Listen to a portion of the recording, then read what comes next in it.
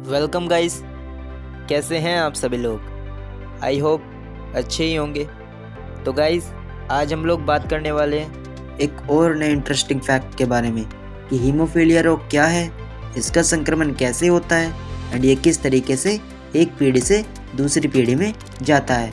तो चलिए बिना समय बर्बाद किए चर्चा शुरू करते हैं।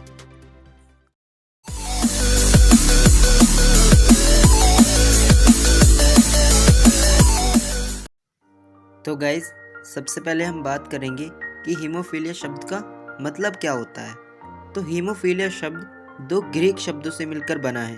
पहला है हीमो, जिसका मतलब होता है ब्लड यानी रक्त, और दूसरा शब्द है फीलिया, जिसका मतलब होता है अफेक्शन यानी लगाव। तो कुल मिलाकर हीमोफीलिया शब्द का मतलब ब्लड के प्रति अफेक्शन से है, यानी रक्त के प्रति लगाव को हीमोफीलिया शब्द प्रदर्शित करता है। तो चलिए गाइस, अब बात करते हैं हीमोफीलिया रोग के बारे में। तो हीमोफीलिया एक एक्स लिंगी अप्रभावी रोग होता है, यानी यह रोग किसी व्यक्ति में उसके एक्स गुणसूत्र के कारण होता है। हीमोफीलिया रोग से ग्रसित जब किसी व्यक्ति को चोट लगती है ना, तो उस चोट के कारण उस व्यक्ति के निकले ब्लड का थक्का नहीं जम पाता है।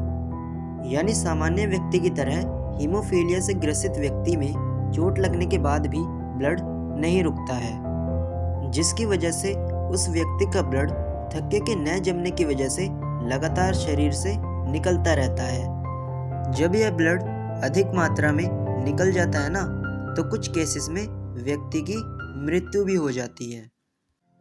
तो चलिए गाइस, अब बात करते हैं कि हीमोफीलिया रोग का संक्रमण कैसे होता है। तो हीमोफीलिया टोटली आनुवांशिक रोग है, यानी यह रोग केवल एक पीढ़ी से दूसरी पीढ़ी में ही जाता है। यानी कि ऐसा नहीं है कि हीमोफीलिया रोग किसी व्यक्ति को उसके जीवन काल के समय में हो जाए। नहीं, यह रोग अगर किसी व्यक्ति को होता है ना, तो वह उसके जन्म से ही होता है।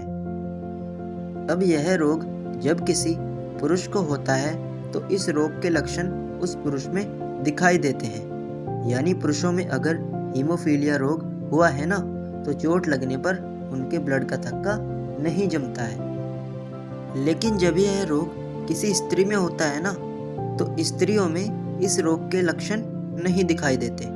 यानी ब्लड वाली कंडीशन स्त्रियों में नहीं होती है, परंतु स्त्रियां इस रोग की वाहक होती हैं, यानी उनसे यह रोग उनकी संतानों में चला जाता है।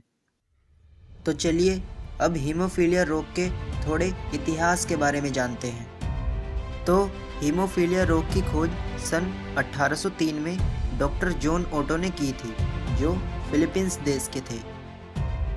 एंड इस रोग का फर्स्ट केस सन 1837 में पाया गया था, जो कि इंग्लैंड की उस समय की क्वीन विक्टोरिया के एक्स गुणसूत्र पर उपस्थित एक जीन में परिवर्तन के कारण हुआ था, जिससे उनकी आने वाली पीढ़ी दर पीढ़ी में यह रोग फैलता गया।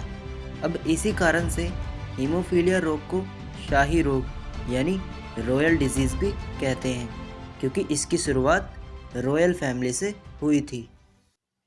तो चलिए गाइस, अब बात करते हैं कि हीमोफीलिया रोग एक पीढ़ी से दूसरी पीढ़ी में कैसे जाता है।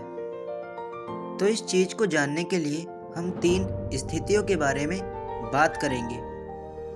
तो सबसे पहली स्थिति है कि जब किसी सामान्य पुरुष, यानी जो पुरुष हीमोफीलिया रोग से ग्रसित नहीं हो, उसका विवाह किसी हीमोफीलिया रोग की वाहक स्त्री से होता है, तो उन दोनों की पहली 4 संतानों में से 2 संतानें तो सामान्य होंगी, लेकिन 2 संतानों में यह रोग जाएगा। अगर ये दोनों संतानें लड़के हैं, तो इनमें हीमोफीलिया रोग के लक्षण उपस्थित होंगे। अगर ये दोनों संतानें लड़की हैं, तो ये इस रोग की वाहक होंगी। एंड अगर एक संतान लड़का और दूसरी संतान लड़की है, तो लड़के में इस रोग के लक्षण जाएंगे और लड़की इस रोग की केवल वाहक होगी। तो चलिए अब बात करते हैं दूसरी स्थिति की, कि जब हीमोफीलिया रोग से ग्रसित किसी पुरुष का विवाह किसी सामान्य स्त्री, यानी जो स्त्री हीमोफीलिया रोग की वाहक नहीं हो, उसके साथ होता है तो उन दोनों की पहली 4 संतानों में अगर 2 लड़के और 2 लड़कियां हुई है ना, तो उनमें से दोनों लड़के तो सामान्य होंगे, लेकिन दोनों लड़कियां हीमोफीलिया रोग की वाहक होंगी। यानी इस कंडीशन में हीमोफीलिया रोग का असर केवल लड़कियों पर होता है, लड़कों पर नहीं। तो चलिए गाइस, अब हम अपनी आखिरी यानी तीसरी स्थिति के बारे में बात करते हैं। तो इस स्थिति में जब हीमोफीलिया रोग से ग्रसित किसी पुरुष का विवाह हीमोफीलिया रोग की वाहक किसी स्त्री से होता है, तो उन दोनों की पहले 4 संतानों में यदि 2 लड़के और 2 लड़कियां हुई है ना, तो उनमें से एक लड़का नॉर्मल और दूसरा लड़का हीमोफीलिया रोग से इन्फेक्टेड होगा। बात करें अगर लड़कियों की, तो उनमें से एक लड़की हीमोफीलिया रोग की वाहक और दूसरी लड़की हीमोफीलिया रोग से ग्रसित होगी, जो जन्म से पहले ही मर जाती है। अब यह लड़की जन्म से पहले इसलिए मर जाती है क्योंकि वह हीमोफीलिया रोग से ग्रसित थी, यानी उसमें हीमोफीलिया रोग के लक्षण दिखाई देते। लेकिन हम पहले ही जान चुके हैं कि लड़कियां इस रोग की केवल वाहक होती हैं, इसलिए इस रोग से ग्रसित होने की वजह से वह लड़की जन्म से पहले ही मर जाती है।